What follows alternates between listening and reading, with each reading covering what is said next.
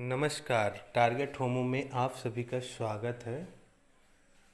आप लोगों को जो इम्पोर्टेंट क्वेश्चन है, यानी एक सरसरी निगाह से देखने का तरीका, एग्ज़ाम से कोई भी एग्ज़ाम के पहले आप इस क्वेश्चन को ज़रूर देख कर जाएँ, क्योंकि ये सारा क्वेश्चन आपके एग्ज़ाम में अक्सर ही पूछे जाते हैं।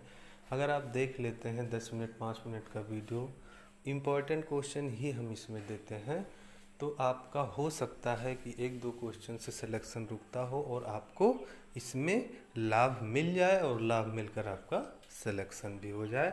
चलिए हम देखते हैं। जैन साहित्य को क्या कहा जाता है? आगम। अक्सर ये पूछा जाता है कि जैन साहित्य को दूसरा नाम क्या है, तो ये इसका नाम है आगम, यानी जैन साहित्य को आगम भी कहते हैं। दिगंबर संप्रदाय जैन धर्म से संबंधित है। इसको याद रखिए कि दिगंबर दिगंबर यानी दिगंबर संप्रदाय किससे संबंधित है, किस धर्म से? तो आपको बताना है जैन धर्म से संबंधित है। वह लोग यानी दिगंबर संप्रदाय के लोग बिना वस्त्र के रहते थे। श्वेतांबर संप्रदाय अगर पूछा जाता है तो ये भी आपका जैन धर्म से ही संबंधित है, लेकिन ये लोग श्वेत वस्त्र को धारण करते थे। ये क्वेश्चन पूछा जाता था कि जो नग्न रहते थे वो कौन संप्रदाय के थे, तो आपको बताना है कि वो दिगंबर थे। और जो वस्त्र धारण करते थे यानी श्वेत वस्त्र, जैन धर्म के जो संप्रदाय श्वेत वस्त्र धारण करते थे वह कौन थे? श्वेतांबर थे। चलिए अगला क्वेश्चन देखते हैं। 4 नंबर, विनय पिटक, सुत्त पिटक और अभिधम्म पिटक। ये पूछा जाता है अक्सर कि विनय पिटक या सुत्त पिटक या अभिधम्म पिटक, ये हमारे जो बौद्ध धर्म है, बौद्ध धर्म के ये त्रिपिटक कहे जाते हैं। और ये बौद्ध साहित्य से संबंधित है, यानी बौद्ध धर्म से संबंधित है। यानी बुद्ध जी ने जो भी कुछ अपने जीवन काल में किया, उनके साहित्य का वर्णन इसमें किया गया है। किन में? विनय पिटक में, सुत्त पिटक में और अभिधम्म पिटक में। चलिए 5 नंबर देखते हैं। रामायण की रचना किसने की थी? तो ये वाल्मीकि जी द्वारा की गई थी। किसके द्वारा? वाल्मीकि जी द्वारा की गई थी। अब चलिए देखते हैं कि ये क्वेश्चन अक्सर पूछा जाता है, रामायण को कितने कांडों में बांटा गया? यानी रामायण हमारा जो है वो 7 कांडों में विभक्त है। कितने? 7 कांडों में विभक्त है। चलिए देख लेते हैं कौन कौन से कांड हैं। पहला कांड है बालकांड।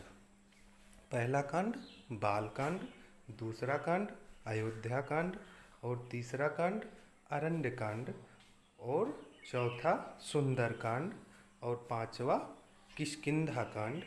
यानी 1 बालकांड, 2 3 4 5, यानी 5वां क्या हो गया? किष्किंधा कांड। और छठा क्या हो गया? युद्ध कांड, इसी को लंका कांड भी कहते हैं। और आपका 7वां कांड जो है वो है उत्तर कांड। कभी कभी एग्जाम में इस तरीके से पूछा जाता है कि रामायण का सबसे जो अंतिम वाला कांड था उसे किस नाम से जाना जाता है, तो आपको आंसर देना है उत्तर कांड। अगर यही क्वेश्चन रिपीट कर दे दोबारा कि रामायण का सबसे पहले वाला कांड है उसे किस नाम से जाना जाता है, तो आपको बोलना होगा कि बालकांड। चलिए इसमें इस तरीके से क्वेश्चन बन सकता है। चलिए 7 नंबर क्वेश्चन देखते हैं कि महाभारत की रचना किसने की थी? वेद व्यास जी ने की थी। किसने की थी? वेद व्यास जी ने की थी। और इसका दूसरा नाम जय संहिता है। अक्सर पूछा जाता है कि जय संहिता का दूसरा नाम क्या है, तो आपको बताना है महाभारत। अगर पूछा जाए महाभारत का दूसरा नाम जो प्रचलित है वो जय संहिता है। अब महाभारत का दूसरा क्वेश्चन भी पूछ सकता है कि महाभारत में कुल कितने पर्व हैं, तो आपको बताना होगा कि महाभारत में 18 पर्व होते हैं। कितना? 18 पर्व होते हैं। चलिए अगला इम्पोर्टेंट क्वेश्चन देख लेते हैं। क्वेश्चन नंबर 9, अर्थशास्त्र की रचना किसके द्वारा लिखी गई थी? कौटिल्य द्वारा लिखी गई थी। किसके द्वारा? कौटिल्य द्वारा। और यह मौर्यकालीन के राजनीति से संबंधित थी, यानी विधि और नियमों और राजनीति का इसमें उल्लेख किया गया था। किसने लिखा था? कौटिल्य ने लिखा था। क्या थी बुक का नाम? अर्थशास्त्र ही था। इसको 15 अधिकरणों में विभाजित किया गया था। कितने? 15 अधिकरणों में विभाजित किया गया था। चलिए, कौटिल्य से संबंधित एक क्वेश्चन बहुत इम्पॉर्टेंट है, इसको आप दिमाग में रख लीजिएगा कि कौटिल्य का अन्य नाम में 2 नाम और होते हैं। कौन कौन से नाम हैं? वो है एक चाणक्य और दूसरा क्या है? विष्णुगुप्त। यानी इसको जरूर याद रखना, विष्णुगुप्त, कौटिल्य और चाणक्य, ये तीनों लोग एक ही व्यक्ति हैं और इन्होंने ही अर्थशास्त्र की रचना की थी और मौर्य काल के प्रधानमंत्री भी हुआ करते थे। इनको उच्च स्थान, क्योंकि मौर्य जो हमारा चंद्रगुप्त मौर्य था उसको शासन दिलाने में काफ़ी भूमिका इनकी थी। और बस इसीलिए बस अब 10 क्वेश्चन आपके लिए जो इम्पोर्टेंट मेरे समझ में आया मैं आपको प्रस्तुत कर दिया।